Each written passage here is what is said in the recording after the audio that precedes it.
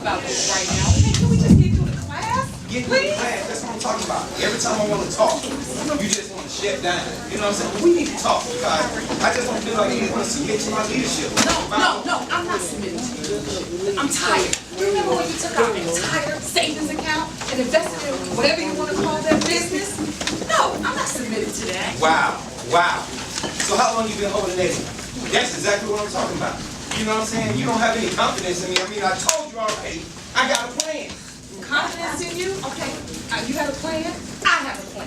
You're going to follow my plan this time. We're going to do the plan that I want to. Your plan? Yes. That's what I'm talking about. All this my stuff. You know what I'm saying? Yeah. I mean, you just discount everything I've done. Look, I helped you with your business, the salon. You know what I'm saying? We got the cars we need. We got, you know, when you wanted to have kids, we went ahead and did that too. You know, I went ahead, we went ahead and did it, but now you're talking about all this my stuff. Like Johnny Gill, what's up there? About my plans, it's about what I want to do. You know what? I just watched my dad run the same line on my mother, and we almost lost everything. I'm not doing it. I almost didn't finish college because of my father. I'm not doing it. You just like that. Wow. You know what I feel like? I just feel like you don't trust me. You know, I'm a man of God. God speaks to me. You know what I'm saying? He's giving me, let me know what we need to do. But you can't be going on with this my stuff. You gotta realize that what I'm doing for our family. So we can have a better life. That's what it's all about. Well, God should have told you I was going to take that chunk of money out the savings account. That's what we should have told you. But you know what? We'll have to get us something to mention. I can't do it. We can't go any further with these finances if you don't just real with it. I need to do my plan this time. Okay. You know what? I can agree with that. We do need some help. You know what I'm saying? And we need to sit down with counselors because I love you, but things gotta change. We just got to get some counseling because we can't go any further.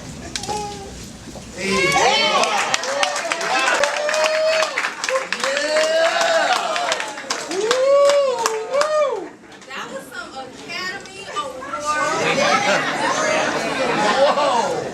It felt real. It was real. So that would have never happened if you would have had those blocks on the account where you have to get authority to withdraw money. All right, so let's unpack this a little bit. It was a lot of different issues that we saw in this case, right? Communication, that was one issue. What else? Trust. Trust is a big thing in marriage. Trust that I can depend on you. Trust that I can reach for you and you'll be there for me. Trust that you hold my interest to heart too, right? What was some other? Well, let's start so they know who's on the panel. I'm Dr. Alvin Weinhardt, psychologist. Dr. Laura Lewis. I'm also a psychologist, owner of Atlanta Couple Therapy. Woo woo! I'm Ralph Wilson, financial coach, and I would say the only problem in that whole skit is that James didn't take his belt off.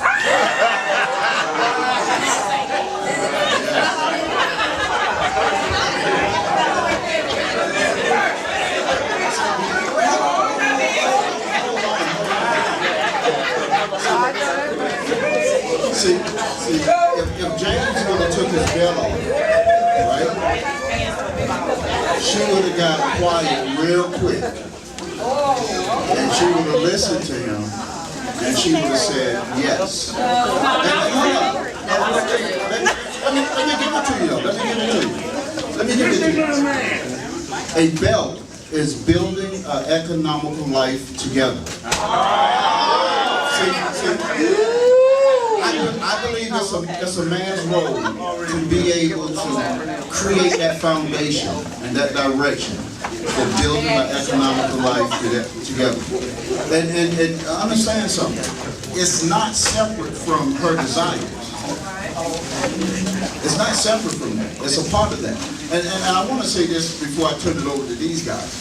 People talk about finance and talk about you should devalue the quality of finance and you should eat rice and beans and do different things. I've studied the scripture on prosperity, money. There's nothing in the scripture says that you should devalue the quality of life. And when you enter into a covenant with Christ, that's what a marriage is, then you enter into a covenant with your money, with your spouse. And then you have the same mission. So building an economical life together is powerful. Yes. All right, can we give it up for that couple? Yeah. That was a great job. Because, just by show of hands, before you got married, how many of you sat down and had a session with a financial advisor? Raise your hand. All right, so two nerds in the room.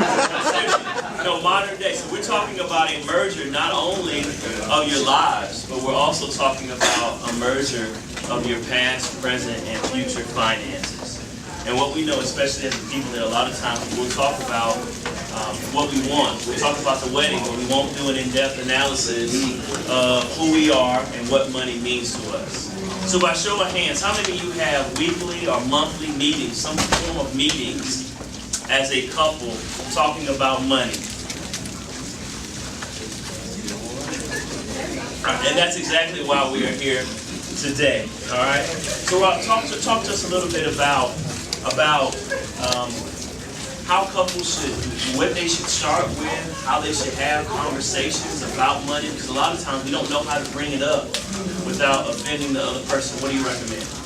You know, the first thing I think is very important is there are some things that the Bible gives us instructions on, right? And there's a scripture in the Bible that says, the rich ruleth over the poor, right? And you hear that a lot. That's instructional. That is a piece of instruction that the scripture is telling us, it's warning us. Because if you read the next couple of verses, it talks about sin and our unforgiveness and not liking our brothers and our sisters. So we have to, one, change the mindset of what we believe about what wealth is and what our journey and legacy is going to be. When we start saving and managing money, should you have separate checking accounts? In this system, yes. But do you need to manage your money together? Absolutely. Why do you need two separate checking accounts? Because you are an individual. You have two different identities. And your financial fingerprint should be independent of your spouse. The system requires you to be joint because they can hold you both liable. Like a husband should never put a wife on a mortgage. And I've had women get upset when I say that. But I ask the women this, would you prefer being on the mortgage or on the deed? The deed. On the deed. Why would you want to be on the deed? Because it gives you ownership. If your husband gets injured, he gets sick, he can't work, his credit is now compromised, who has the ability to bail that property out? The wife. Why? Because she's the owner on that property, but she's not a part of the liability. So you have to think more than just, let's do this, let's go get this together. Getting this together is great, but managing your money and having a vision for your future is much more powerful. Amen. All right, man. Talk to them about how to get on the deed. What's the process? Wow. It's really a simple process, but it should be long in your process in terms of your thinking. When you go to buy the property, your mortgage lender is going to want to require both of your incomes, right? Now, in other communities and in some other communities, only the husband works, the spouse never works, so she never gets on the mortgage, but she's always on the deed, right? So somehow you have to figure out, how do we separate our incomes in a capacity that we can purchase something that we can afford? Amen. You know, and see, when the Bible teaches us about being poor and being in debt, I think it's really telling us not to over-obligate ourselves to liabilities that we can't afford. You know, just because your friend got a $900,000 house, he might be able to afford it. You can. You know, because the scripture said, it pleases God to bless you richly and add no sorrow. Imagine that. If the Bible tells us that He wants to bless us and give us no sorrow, so why should you have financial struggle? Now, I'm doing a piece called Wealth Wisdom, where we created an 8-week financial course. And in this 8-week financial course, one of the things that we want to point out is that when you tithe, you have an option of tithing. Let's say you're not even a believer. You have an option in your marriage to be responsible for your money, to your household, right?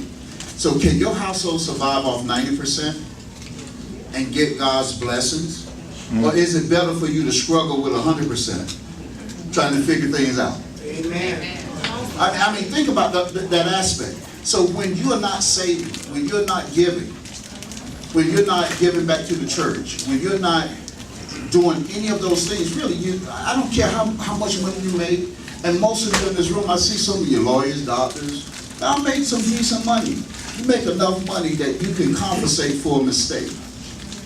But that joker that's working paycheck to paycheck, they come home, you saw that's real life every day for some families.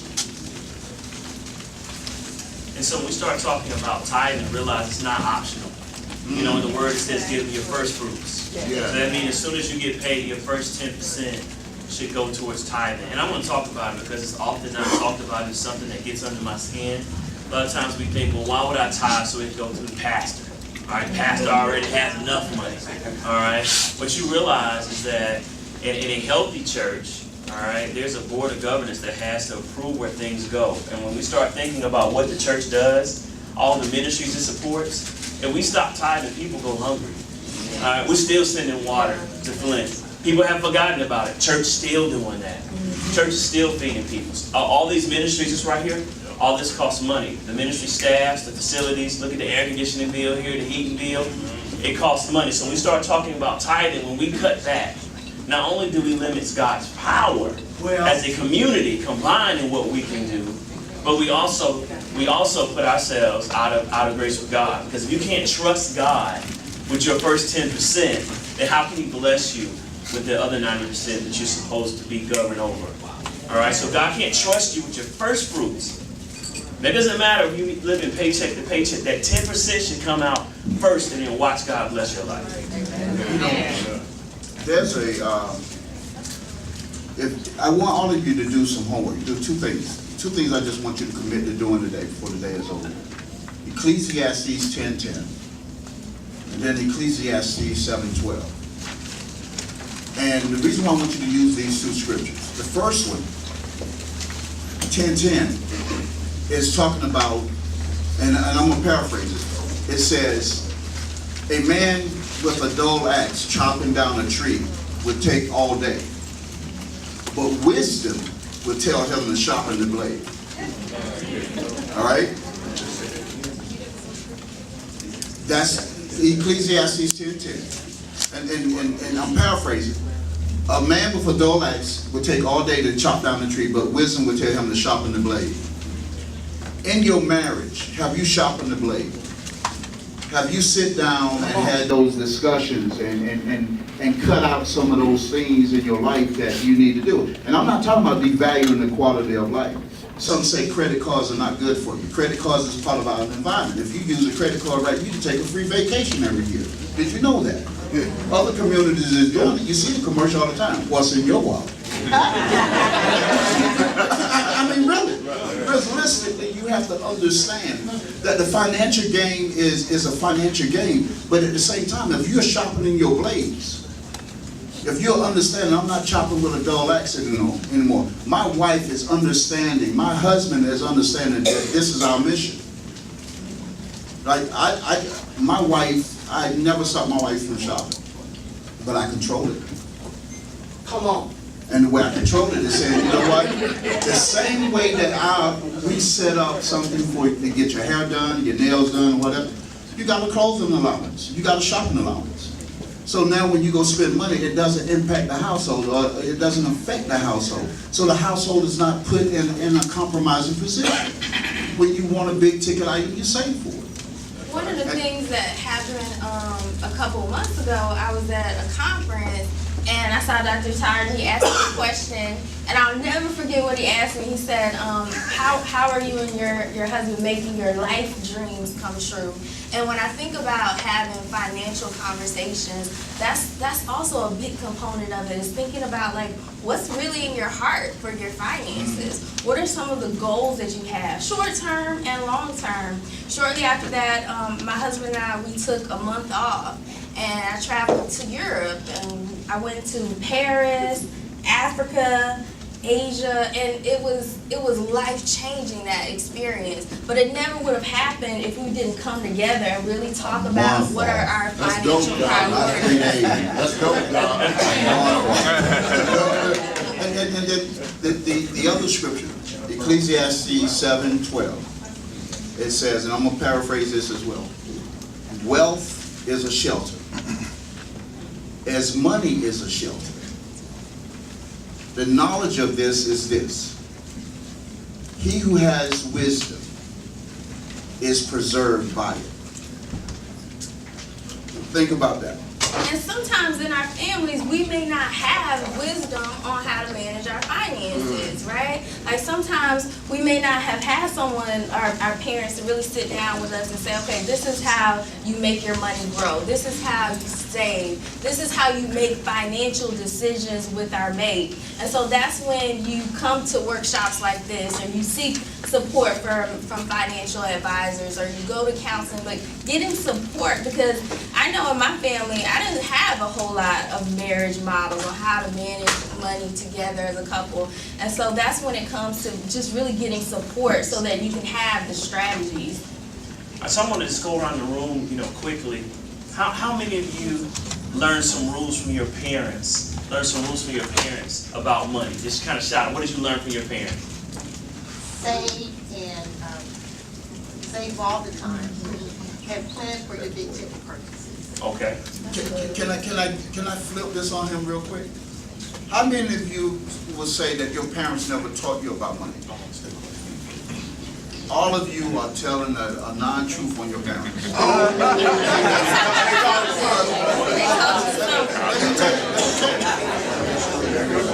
Let me tell you.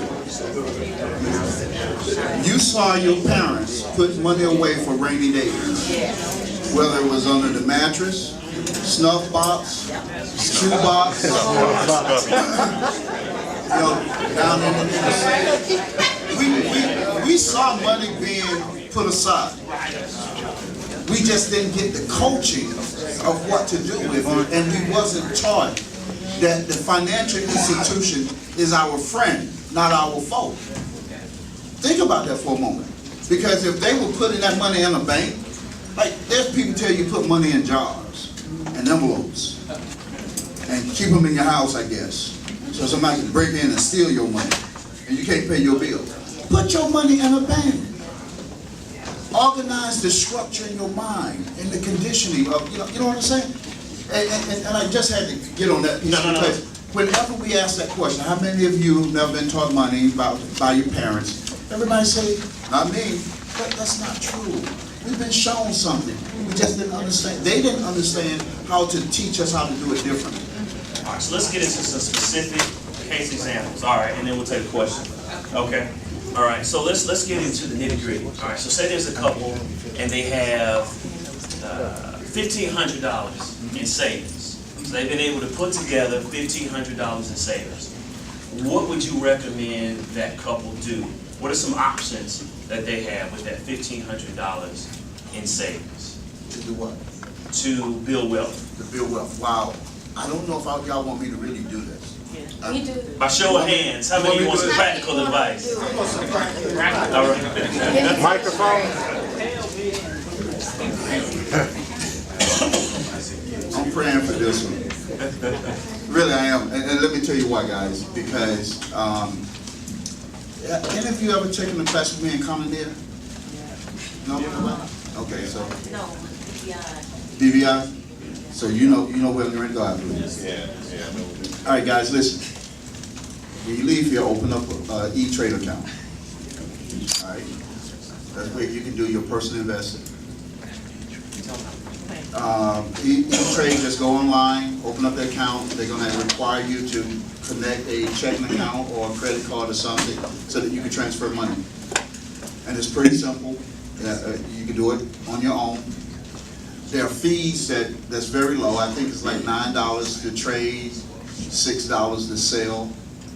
But what I would suggest that you do, how much money would most of you, let's average this off. He said $1,500, you got it in the bank. So let's average off $500. If each of you take $500, open up an E-Trade account.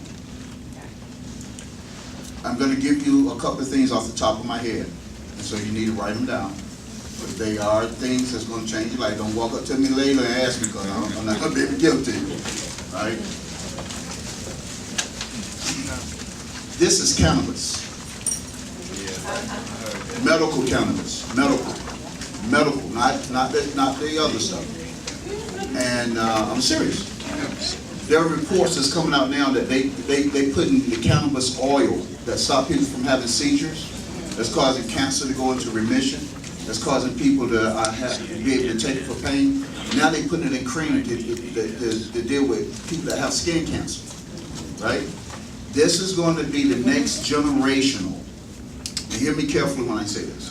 This is going to be the next generational Coca-Cola, IBM, Facebook. There's a report about a stock called TLYR.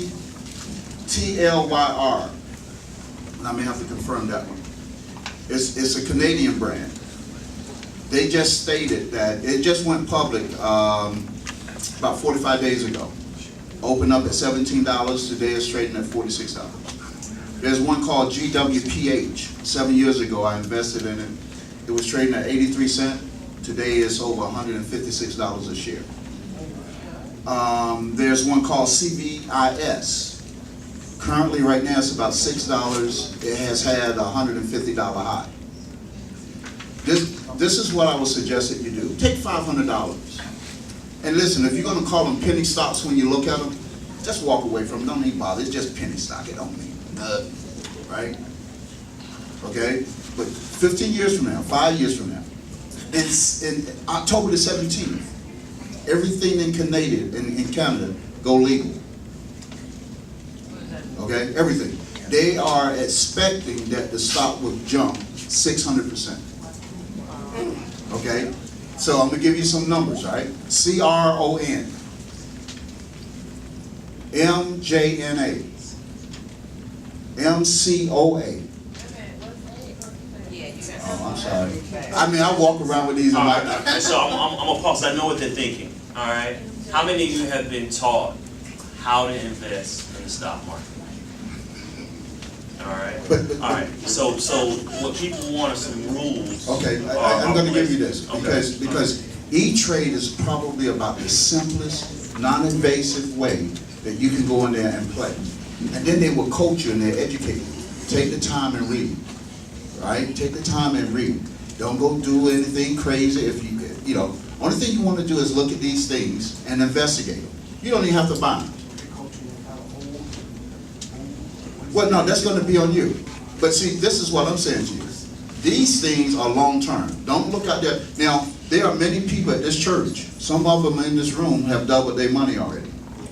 If you put your $500 in that portfolio, in that portfolio right this weekend, this week, right, your money is guaranteed to double. Can you talk a little bit about life transitioning? So at some point, we're all going to leave this earth. What are some things, some basic things that we can have in place as a family, as a couple, as we transition, and beyond like life insurance, some of the basic things that we need to have in place? You want to put a will in place. But as you put a will, also think about what type of legacy are you trying to build? You know, are you really trying to accumulate wealth? Then if you're trying to accumulate wealth, then you identify some stocks that you will purchase and that you will buy and that you hold them long term. Put them in a will. Create a directive so that, you know, when you pass, when you expire, people know what to do with them. Husbands, 99% of the time when you leave this earth, your wife is left in limbo. It's a proven fact. Yep. Coach them on what you have going on. You know, I don't give my wife all the codes, but I got a cousin that got everything. Something happened to me, wife called cousin. Why not? Why not? Push back. We're a couple. We're a Christian couple.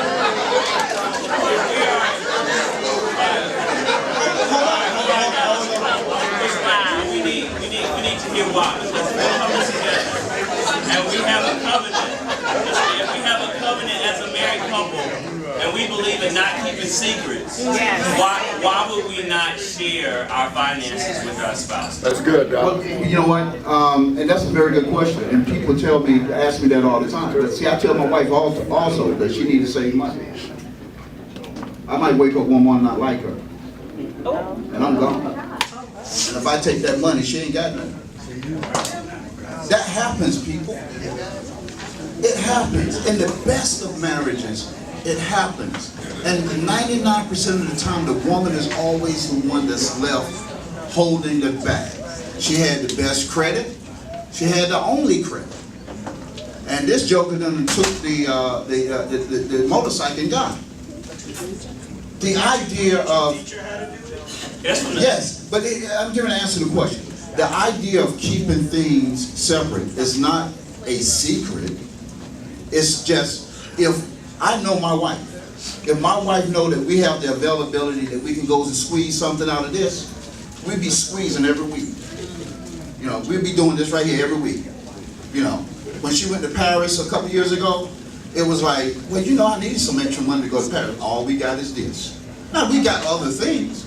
But if we had the accessibility, the moment I give accessibility, after 23 years, I know the squeezing is going to take place. So to control the squeezing, right? Well, that's a good one too. But she knows that it's available. The other week, though, I told her, I said, you know what? Your birthday, along with A, B, and C, is the code to everything. So if something happened to me, you still have the accessibility to get into the account. Because if you tell the bank I passed away, they're going to shut it down. They're going to lock it down. So she still have to have the ability. So I'm not saying keep it secret. But you do want to make sure that, measure your wife. Because sometimes women, you have to keep your husband away from the money. I'm going to move this conversation in a different direction. All right, so Ecclesiastes. But it's true. Hold on, we're talking about the negative. All right, we don't practice that, okay?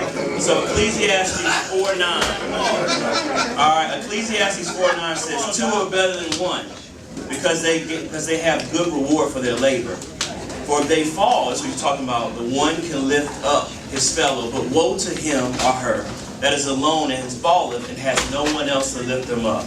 Again, if two lie down together, they can have heat, but how can one be warm alone? And if one prevail against them, two can withstand him. A threefold cord is not quickly broken. And what that says is that we have to move together in being able to talk about our finances. We have to be able to move together and have trust. Now, are there horror stories? Are there negative experiences? Absolutely. But I think that one of the things that we want to move towards is being able to talk as a couple, to be able to work together as a unit, to be able to come out of debt, build wealth, have some rules that you all agree on as a couple, and be able to move together. Now, I know there's a couple in this room that have planned life for a long time up into retirement. And if they're comfortable, I'd like for them to be able to just talk a little bit briefly about how they kind of set up some rules to be able to plan retirement and make sure that both of them are good. Care to share? This is sort of impromptu, but yeah. So, Rob, I'll come out and say, you and I talk a lot. So, but I'm not. It's on and on. Can you guys hear me? Yeah. So, definitely some things that I would disagree with, although I would say we started. So, most people know that Sophia and I are a blended family. Through life experiences 18 years ago, I think we had a lot of what you were saying as part of our makeup, which was lack of trust. And that was built off of my past experience. and most of the men know this from men's class. There was a time where Sophia was crying out, hey, I need to know, I need exposure. You know, why do you have all these things, quote unquote, hidden? And I was reluctant because of that experience.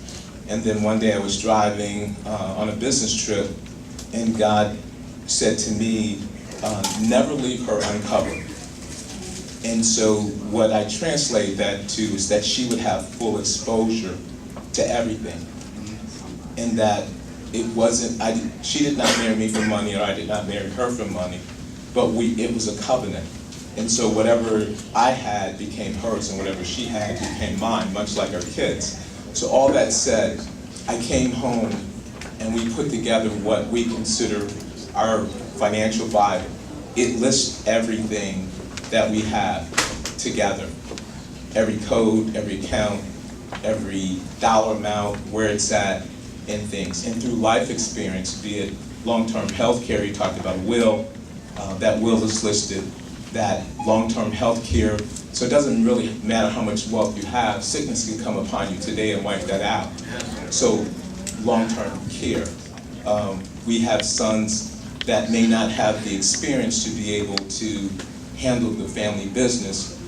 So we put those things in trust or that. But to Dr. Tartt's plan, we have this book, and it doesn't matter. Sophia knows where it's at, I know where it's at, and then other people, and including our sons, know where that's at. So if something happens, the playbook is laid out.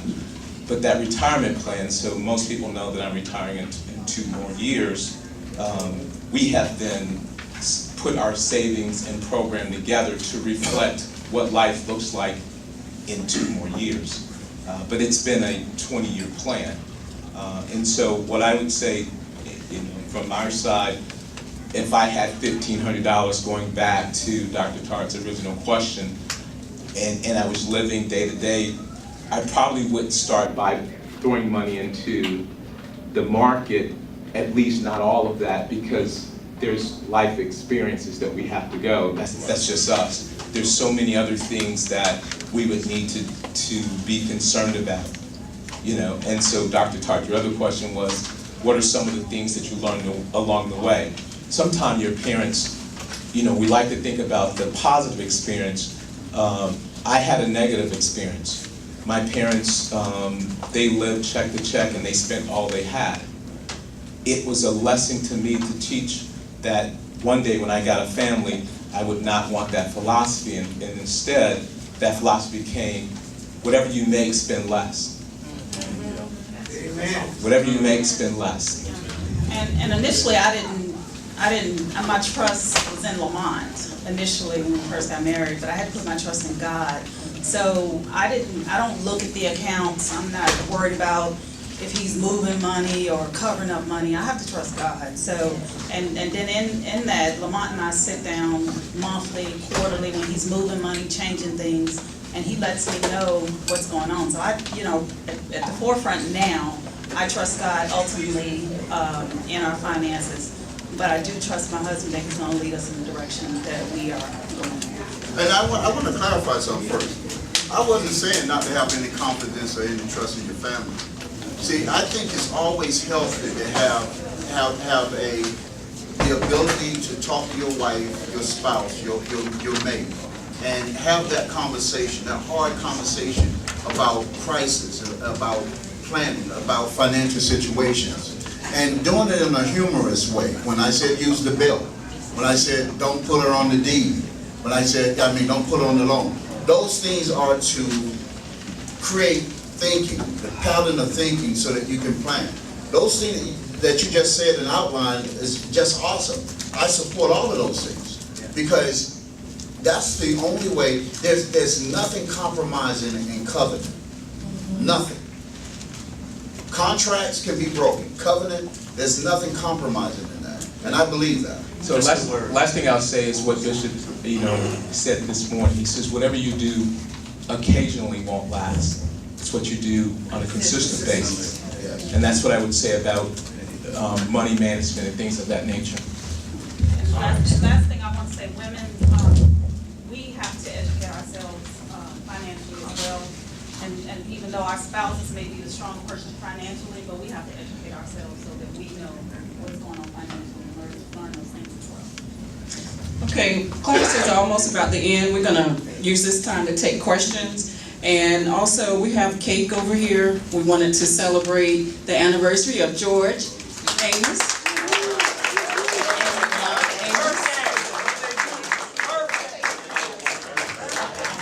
Also, go ahead, you can go ahead and start turning in your surveys now. They should be in your seats.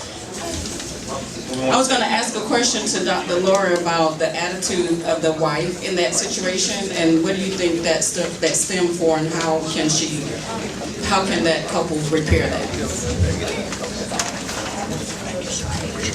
skit.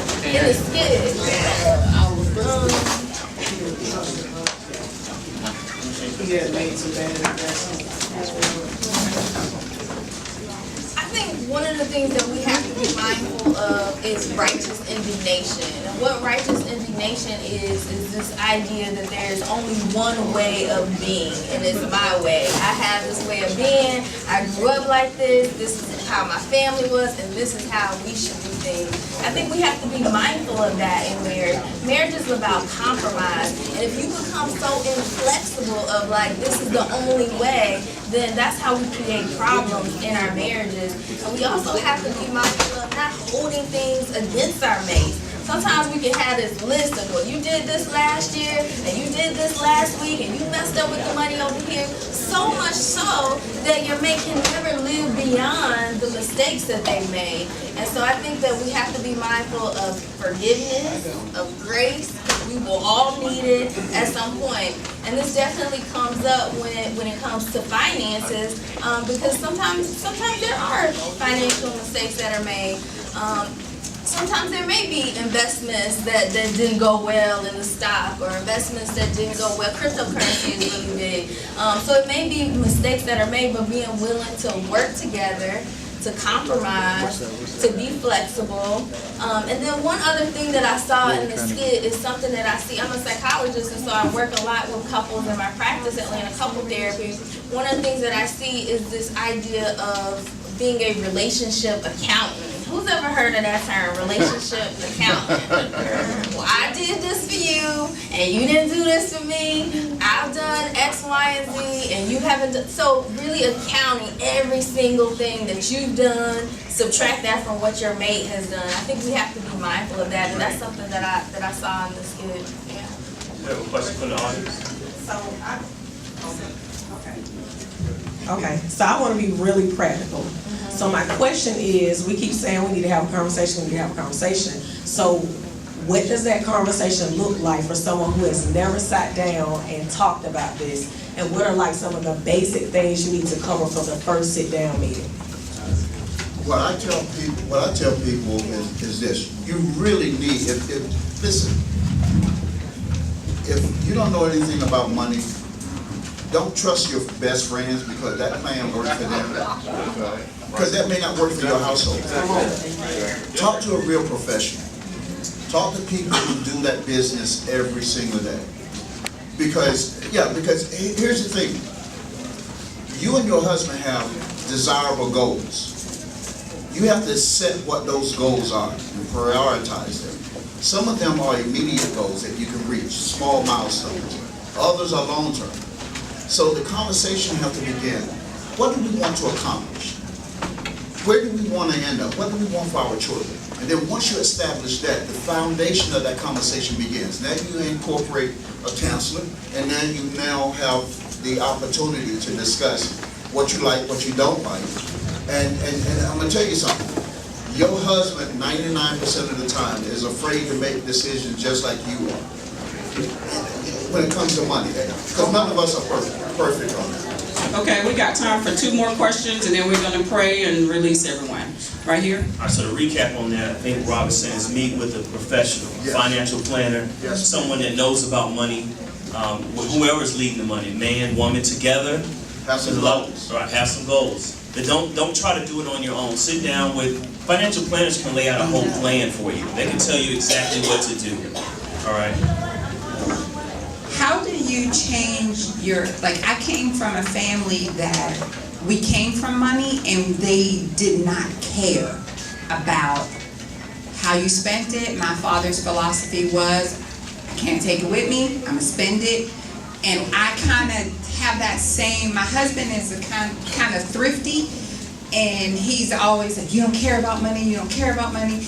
And in my head it's like, I really don't. Like, I don't care. If I want $1,000 purse, I'm gonna buy $1,000 purse. I have $1,000 to put in it, but I just don't. It's not really valuable to me. Like, relationships are more valuable to me than money. So how do we get on the same level with that, as opposed to, you know, always having it conflict and, you know what I mean? Yes. See, what you just described is what you desire. You're not considering your husband. You're not considering your children. And you're not considering your future. But I'm leaving them something. There's money set aside. I'm not spending it all. I have a savings account. I have 2 savings accounts. I have investments. Like, I have money set aside. But if we can't. Here's a question that I like to ask folks. They talk about Rockefeller couldn't take money with him when he died, right? So the question that I ask, have you ever seen a broke Rockefeller? Right? So legacy becomes a part of that. And when you begin to spend that money into somebody else's legacy, it's like people who rent. I tell them all the time, you are paying a mortgage. Whether it's yours or somebody else's, you are always paying a mortgage when you're renting. So when you're spending money, you're creating a legacy for somebody. Versus if you save the money, you're creating a legacy for yourself. And then you have children? Yes. Would you want every one of your children to spend and treat money the way you do? No. Ah. I'm really bad at it. Like, That's it right there. I'm really Discover that and say, I don't want this for my children. Because they see you and they learn from your actions and your ways. Thank you. You have a follow-up? So I'm gonna recap and then close it out. Yes, go ahead. So I'm gonna recap. So I mean, can you give it up for them being transparent? All the members being transparent. Can you give it up for Rob coming through today? Can you give it Dr. Lewis? All right. So just to recap, I heard some things. I got some nuggets. I want to take you some nuggets. One, you all want to meet together to come up with your own marital philosophy as a couple. All right, you want to come together and figure out how you're going to treat it. There are things that, their course is Financial Peace. You can meet with Rob, you can meet with financial advisors, and they can help you come up with strategies that when you have excess money, this is what happens. If the income goes up, this is what happens. If the income goes down, they can give you rules. That's what you want. You want rules. And then second thing, Rob talked about a will. I'm not going to have you raise a hand. I know how many people in the room don't think about a will until it's too late, and then your husband or wife has to scramble and ask family on how to get things in order. Let's not wait on that. Let's go ahead and get a will. You talked about life insurance, not compromising your partner either way, especially with kids, getting life insurance, probably disability insurance. You talked about family meetings, sitting down, having meetings about what money means to you and where you'd like to go. A lot of times we think about debt, but what about you all covering one another? What about you being able to help one another? Meeting with a financial planner and then coming up with a retirement plan. And I'm going to share this for all the men. My financial mentor, how many of you have a financial mentor? All right? My financial mentor is Alvin Hobbs. He's a minister here. I sat down with him and I said, hey, this stock market thing, how do I know what to invest in or not? I'm looking at it all night. Stuff looks good, but how do I know? How do I really know?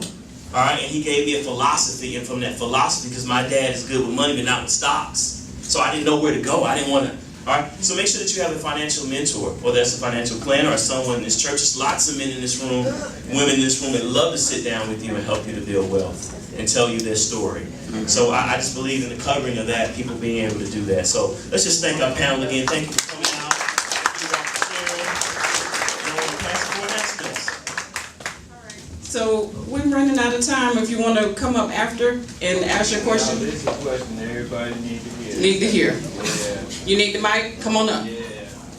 All right, we're going to go ahead and pull your numbers out while we're answering this question, and we'll pull the numbers and call it right out. In all honesty, being practical, we got expenditures and we got savings in relationships. What is your suggestion when you just cannot get the spender under control?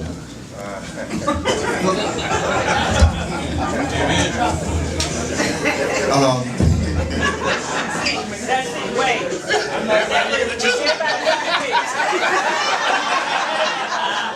what you know what he done. In general. Well, you know, I sort of made a joke of it earlier, and I think sometimes when I joke about money to take the edge off. But you remember I said earlier I control my wife's spending, right? My wife is a spender. I have this much space in a closet, and I got about 6 closets in my house. Right? I got this much space, and whenever she give away stuff, it's like, okay, I got room. There's no room, right? The only way I can control her spending is we came to an agreement many years ago. And the agreement was this: for every dollar, you can spend as much as you want, but for every dollar you spend, you save $1. Okay, all right, here we go. I'm sorry, you finished? Go ahead. Well, I just wanted to finish. Go ahead. For every dollar that you spend, you save $1. So if you got $200 to spend, you only can spend $100. Then after a while, she sees the amount of money that she's capable of saving. She realizes what she has spent. And savings will choke off spending every time. Great, thank you so much. Thank you panelists one more time.